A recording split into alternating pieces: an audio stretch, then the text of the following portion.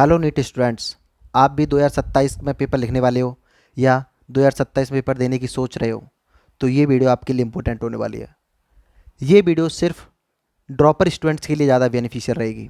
अगर आप 11th में हो या 12th में हो तो आप इस वीडियो को छोड़ के जा सकते हो, क्योंकि मैं टाइम वेस्ट करना नहीं चाह रहा हूँ।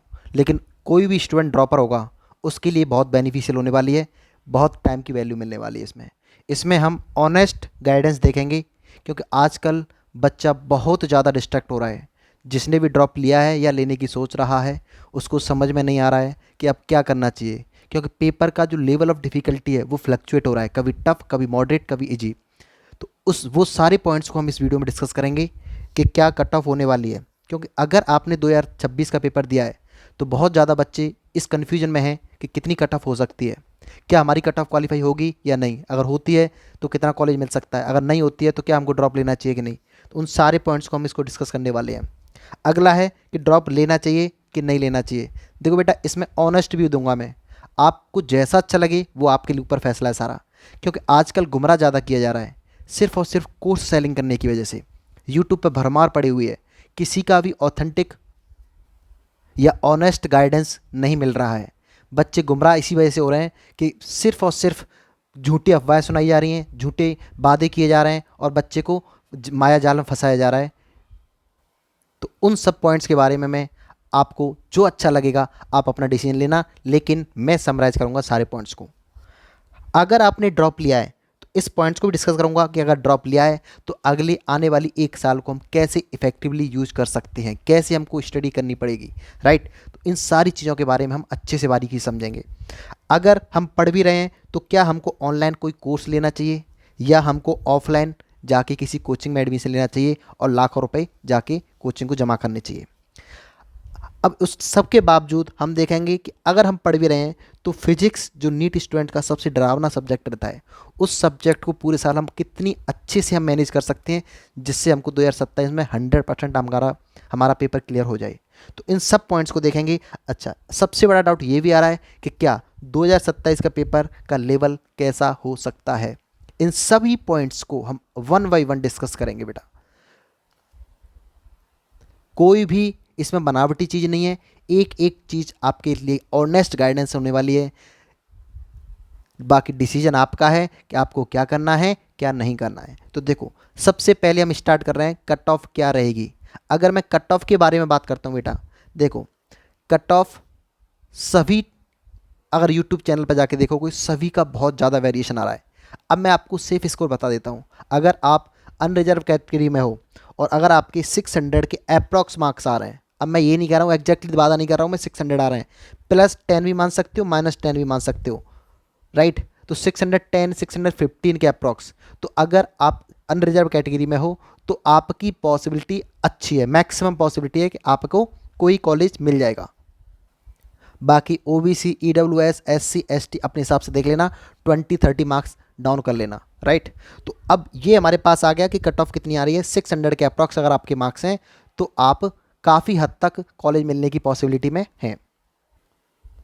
अच्छा, बहुत सारे बच्चों का ये भी आ रहा है कि 720 आउट ऑफ 720 कितने बच्चों के आएंगे। देखो, मैं वीडियो डली हुई है यूट्यूब पे, डली रहेगी, बाद में भी देख लेना। इस चीज़ को मैं बता रहा हूँ, प्रेडिक्ट कर दे रहा हूँ। 720 मार्क्स कुछ बच्चे बोल रहे हैं कि बहुत ज़्यादा बल्क में आने वाले हैं 2025 की तरह, ऐसा, सॉरी 2024 की तरह। ऐसा नहीं होने वाला है बेटा, ध्यान रखना इस चीज़ को। अगर एक आध या दो बच्चों की, मुश्किल से बता रहा हूँ मैं, अगर 720 आउट ऑफ 720 आ जाते हैं तो बहुत अच्छी बात है, वरना मैक्सिमम बच्चे 720 नहीं ला पाएंगे। यानी कि 700+ बच्चे भी 4 to 5 बच्चे हो सकते हैं, बस मोस्टली 10 बच्चे मान सकते हो, इससे ज़्यादा नहीं आएंगे। ऐसा नहीं 2024 की तरह बल्क में आएंगे, 720 आउट ऑफ 720 भर भर के आ रही थी, ऐसा नहीं होगा। ये वीडियो आपके पास पड़ी है और इसको देखना बाद में। तो कट ऑफ का आपको आई थिंक समझ में आ गया होगा कि क्या होने वाला है, ठीक है। अब आता है कि ड्रॉप लेना चाहिए कि नहीं होना लेना चाहिए। बेटा देखो, अगर आपका जुनून है डॉक्टर बनना ही है तो मैं ये नहीं कहूँगा कि अगर डॉक्टर बनना ही जुनून है तो आपको ड्रॉप लेना चाहिए 100%। ये डिपेंड करता है आपकी कैपेबिलिटी पे। अगर आपका एक ड्रॉप है या दो ड्रॉप है और आपके डिसेंट मार्क्स आ रहे हैं, डिसेंट का मतलब होता है 400 to 500 के अप्रॉक्स आ रहे हैं, 450 या 600 500 के अप्रॉक्स आए हुए हैं एक या दो ड्रॉप के बाद, तो मैं सजेस्ट करूँगा कि आपको ड्रॉप ले लेना चाहिए। लेकिन अगर आपके 3 ड्रॉप 4 ड्रॉप या 5 ड्रॉप हो गए बच्चा, और आपके मार्क्स 500 के अप्रॉक्स आ रहे हैं या 600 के 550 के अप्रॉक्स भी आ रहे हैं, तो आई थिंक आपको लीव कर देना चाहिए। क्यों? क्योंकि अगर आपको इतना डेडिकेटिंगली टाइम दे दिया बेटा, टाइम वेस्टिंग करने से कुछ नहीं हो रहा है, आप कुछ अदर ऑप्शंस एक्सप्लोर कर सकते हो। लेकिन सबसे इंपॉर्टेंट बात यह है कि अगर आपने 3 से 4 ड्रॉप ले लिए हैं और आपके मार्क्स 450 के अप्रॉक्स ही आ रहे हैं, अब मैं ये नहीं कह रहा हूँ 450 के अप्रॉक्स आ रहे हैं, तो आपको ये आपको छोड़ देना चाहिए। अगर आपका 1 ड्रॉप या 2 ड्रॉप ही हुआ है, तो आपको हो सकता है पॉसिबिलिटी कि ट्राई करना चाहिए तीसरे ड्रॉप के लिए, अगर आपके 500 प्लस मार्क्स हैं तो, 400 के 500 प्लस मार्क्स हैं तो ये आपको ध्यान रखना है। तो आपको समझ में आ गया होगा ड्रॉप लेना चाहिए कि नहीं। ऑनेस्ट रिव्यू बता रहा हूँ बेटा, ध्यान रखना, कोचिंग वाले माफिया ये सब कुछ गुमराह कर रहे हैं, सब कुछ बता दे रहे हैं कि आपकी कट ऑफ इतनी डाउन जाएगी, आपको ड्रॉप लेना चाहिए, आपको डॉक्टर बनना ही चाहिए, आपको बन सकते हो, ये हुआ वो हुआ, स्टोरी सुनाएंगे बड़ी बड़ी कि एक बच्चा देखो 100 मार्क्स उठ के 700 मार्क्स पा गया था। ये सब फेक हैं, मोस्टली फेक है बेटा, ध्यान रखना इस चीज़ को। केवल और केवल कोर्स सेलिंग की वजह से ये सब कुछ हाइप क्रिएट की जा रही है। ये माया जाल में अगर फंस गया कोई बच्चा तो निकलने का नाम नहीं लेगा बेटा। देखो ऐसा होता है 1 या 2 साल में आपको पता चल जाता है कि आपकी कैपेबिलिटी कितनी है। अगर आप सिलेक्ट होने वाले होंगे तो आपके मार्क्स ऐसा नहीं होगा, ज़्यादा मार्जिन नहीं रहेगा, ज़्यादा मार्जिन से नहीं रहोगे। अगर बहुत ज़्यादा मार्जिन से रह रहे हो, आप 500 से डाउन निकल के जा रहे हो और 3-4 ड्रॉप हो गए हो, तो आपकी पॉसिबिलिटी बेटा बहुत कम है। ध्यान रखना इस चीज़ को। रेयरली एक्सेप्शनल केस बन जाए कि 1%, 0.1% बन जाए, तो उसकी मैं गारंटी नहीं दे रहा हूँ, लेकिन मेजॉरिटी केसेस में नहीं हो पाएगा। ध्यान रखना इस चीज़, क्योंकि आपके लिए कोई और ऑप्शन अच्छा बनाए। जरूरी नहीं है आप डॉक्टर ही बनोगे, बहुत सारी चीज़ें हैं दुनिया में करने के लिए, सब कुछ नीट क्वालिफाई करने के लिए सक्सेस नहीं होते हैं, ठीक है। तो आई थिंक ड्रॉप लेना चाहिए या नहीं लेना चाहिए समझ में आ गया होगा। हाउ टू स्टडी बेटा, स्टडी कैसे करनी है ये चीज़ ध्यान रखना। देखो स्टडी कैसे करनी है, अब ध्यान रखना, अगर आप ड्रॉप ले भी रहे हो, पहला ड्रॉप लिया है, दूसरा ड्रॉप लिया है, तीसरा ड्रॉप लिया है, तो मैं समझा दे रहा हूँ बेटा, शॉर्ट नोट्स का बहुत ज़्यादा इंपॉर्टेंट है। और शॉर्ट नोट्स कब बनाने चाहिए?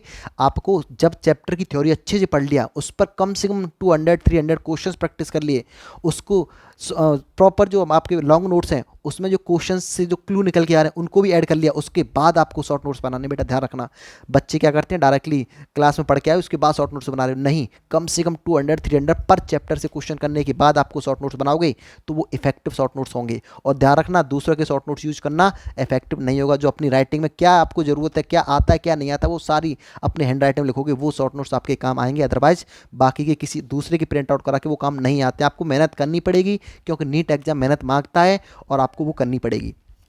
तो आई होप ये चीज़ समझ में आ रही होंगी कि कैसी स्टडी करनी है। स्टिक हो जाना है, रिसोर्सेज कम रखना है बेटा, ध्यान रखना इस चीज़ को, बहुत ज़्यादा बुक नहीं करनी है, कम बुक करनी है, लेकिन उसको मल्टीपल टाइम रिवीजन करना है, राइट। ऐसा नहीं कि बच्चे 2-2 3-3 4-4 बुक ला रहे हैं एक सब्जेक्ट की और उसको एक-एक 2 बार करके छोड़ रहे हैं। बेटा एक कोई सी बुक पकड़ लीजिए, ध्यान रखना, मैं बताऊँ उसकी वीडियो बना दूंगा कौन सी बुक सब्जेक्ट के लिए कौन सी ज़्यादा बेनिफिशियल है। एक बुक को पकड़ के उसके मल्टीपल रिवीजन कर लीजिए। अगर मैं तुमको वन लाइन में कहना चाहूँ, एक हिंट देना चाह रहा हूँ बेटा, ध्यान रखना, नीट के PYQ और जेई मेन के 50% PYQ, मैं सारे की बात नहीं कर रहा हूँ, नीट के PYQ, जेई मेन्स के 50% PYQ और NCERT के एग्जाम्पल्स की बुक्स भी आती हैं, NCERT एक्सपर्ट के नाम से अलग अलग तरीके से। 3 रिसोर्सेज कहीं से भी यूटिलाइज कर लोगे बेटा, इसको मल्टीपल रिवीजन कर दीजिए, मैं गारंटी दे रहा हूँ आपके 45 में से 42-43 मार्क्स 100% आएंगे। तो ये मैं बता रहा हूँ हाउ टू स्टडी बेटा, ये बहुत ज़्यादा इंपॉर्टेंट होने वाला है, ठीक है। अगला बात कर रहा हूँ मैं, ऑनलाइन पढ़ना चाहिए कि ऑफलाइन पढ़ना चाहिए। मैं बता देता हूँ बेटा कि अगर आपने एक बार सिलेबस कंप्लीट कर लिया है और बहुत अच्छे से प्रॉपर्ली नोट्स बन चुके हैं आपके, आपने 2 ड्रॉप ले लिए, 3 ड्रॉप ले लिए, हो सकता है पॉसिबिलिटी है, तो आपको अगर नोट्स प्रॉपर्ली बना लिए तो हो सकता है आप एक छोटा सा कोई ऑनलाइन बैच ले लीजिए, किसी का, मैं सजेस्ट नहीं कर रहा हूँ किसका लेना है, लेकिन किसी का भी एक ऑनलाइन कोर्स लेके उसको दोबारा से रिवाइज करना है, कुछ चीज़ें ऐड करते चले जाना है और प्रैक्टिस पर ज़्यादा फोकस करना है। क्योंकि बहुत सारी चीज़ें बच्चे क्या करते हैं, थ्योरी ज़्यादा पढ़ते हैं, प्रैक्टिस कम करते हैं। बेटा ध्यान रखना कि थ्योरी जितना पढ़ोगे वो तो ठीक है, लेकिन जब तक क्वेश्चन नहीं करोगे तो आपका कुछ नहीं होने वाला है। क्वेश्चन थ्योरी कम पढ़ो, क्वेश्चन ज़्यादा करो, उसके थ्रू आपकी थ्योरी ऑटोमेटिकली याद हो जाएगी। ध्यान रखना इस चीज़ को, क्योंकि अप्लाई कैसे किया जाता है थ्योरी को न्यूमेरिकल में, ये सबसे इंपॉर्टेंट है, बच्चे यहीं लैग कर जाते हैं, तो ये बहुत इंपॉर्टेंट है। अब मैं समझ में आ गया होगा कि ऑनलाइन पढ़ना है कि ऑफलाइन पढ़ना है। अगर तो आपको फ्रेश स्टूडेंट एक ड्रॉप लिया या पहले भी ऑनलाइन पढ़े हुए हो और आपका नहीं हो पाया, तो आपको एक बार ऑफलाइन जाके जरूर, मेरे हिसाब से सिलेबस आपको सिस्टमेटिक कंप्लीट करना चाहिए, तो ये आपके लिए बेनिफिशियल हो सकता है।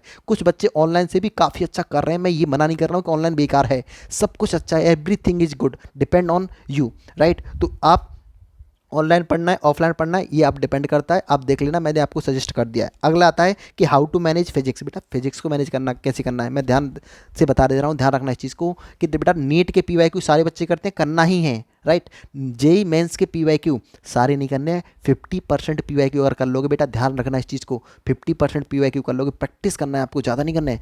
50% पीवाईक्यू और एनसीईआरटी के एग्जाम्पल से कोई सी बुक ले आना, उसको कर ले, तो इनसे बाहर क्वेश्चंस को आपको एक आध दो ही क्वेश्चन दिखेगा, 45 में से 42 के आसपास आपको इन्हीं से आपको मैच हो जाएंगे, मैं गारंटी दे रहा हूँ इस चीज़ के लिए। तो रिसोर्सेज आपके पास फिजिक्स के लिमिटेड ही रखना है, मल्टीपल प्रैक्टिस करनी है आपको, ध्यान रखना इस चीज़ को। एक एक क्वेश्चन को ऐसे करना है कि आपको अगर एक राउंड में ही आपको सॉल्व हो जाता है, उसको एक टिक कर दीजिए। अगर आपको थोड़ा सा सोचना पड़ रहा है या थोड़ा सा टाइम लग रहा है तो उस पर एक स्टार लगा लीजिए, और कुछ इंपॉर्टेंट लग रहा है, वो मल्टीपल कंसेप्ट रिपीट हो रहा है, उस पर डबल स्टार लगा लीजिए, और कोई कॉन्सेप्ट बहुत ही ज़्यादा अच्छा है, मल्टीपल रिपीटर हो रहा है और अच्छा कंसेप्ट है और एक बार सॉल्व नहीं हुआ था, थोड़ा कैलकुलेटिव निकल रहा है और नीट ओरिएंटेड है, उसको ट्रिपल स्टार लगा लीजिए। और जब आप मल्टीपल रिवीजन करोगे बेटा, स्टार के हिसाब से रिवीजन करना, ये आपको गाइडेंस फॉलो करनी है, ध्यान रखना इस चीज़ को। टॉपर्स की स्ट्रेटजी बता रहा हूँ मैं इस चीज़ को बहुत ही बारीकी से। अगर मैं बात करता हूँ पेपर 2027 का कैसे आने वाला है, 2027 का पेपर मैं बता देता हूँ बेटा। 2027 का पेपर थोड़ा सा टफ आएगा कंपैरेटिवली 2026 के। 2027 जैसा पेपर कभी नहीं आएगा, सॉरी 2025 जैसा पेपर कभी नहीं आएगा, मैं इस आपको लिख के दे रहा हूँ, ठीक है। मैंने बच्चों से ये कह दिया था कि 2026 में बच्चे डरे हुए थे कि सर 2025 के पेपर को देख के 2026 में पेपर टफ आने की संभावना है। मैंने ये कह दिया बेटा ध्यान रखना इस चीज़ को, 2024 से थोड़ा सा ऊपर जा सकता है, 2025 जैसा पेपर कभी नहीं आएगा, इस चीज़ को लिख के ले लेना, ठीक है। इतना कैलकुलेटिव, इतना लेंथी, क्योंकि ओवरऑल वो सिर्फ और सिर्फ थोड़ा सा अनफेयर मीन्स हुए थे, इस वजह से वो सब कुछ पेपर बनाया गया था। और 2027 का मैं प्रिडिक्ट कर रहा हूँ, वीडियो पड़ी हुई है, 2027 का पेपर 2026 से थोड़ा सा टफ आ सकता है, बस लिटिल बिट 20% या 10%, 20% मान लो और 25% टफ आ सकता है, ज़्यादा हायर लेवल टफनेस नहीं रह पूछी जाएगी, ध्यान रखना इस चीज़ को। हाँ, कंपेरेटिवली 2026 का देखा जाए तो थोड़ा सा सिंपल था, इजी टू मॉडरेट कह सकते हो, वो मॉडरेट के अप्रॉक्स आएगा, तो थोड़ा सा आपको प्रैक्टिस बढ़ानी पड़ेगी। ये थोड़ा direct formula based theoretical basis concept ज़्यादा पूछे थे 2026 में, लेकिन 27 में थोड़ा सा लेवल बढ़ेगा, लेकिन होपलेस नहीं होना है, सिस्टमेटिक पढ़ाई करोगे तो बहुत कुछ आराम से कर लोगे। तो ये था मेरी ऑनेस्ट गाइडेंस आपको बेटा, जो भी आपको पॉइंट अच्छा लगा है आपको बारीकी से अमल करना है इस चीज़ पर, सभी के बहकावे में किसी के आना नहीं है। ये मेरा ऑनेस्ट गाइडेंस था। अगर किसी भी तरीके की आपको सपोर्ट चाहिए, किसी भी तरीके की गाइडेंस चाहिए, तो प्रॉपर्ली इस चैनल पर मैं देता रहूँगा और आपको हेल्प करता रहूँगा। प्लीज़ चैनल पर नहीं तो सब्सक्राइब जरूर कर लेना और वीडियो को शेयर जरूर करना। मिलते हैं अगली वीडियो में, तब तक के लिए बाय।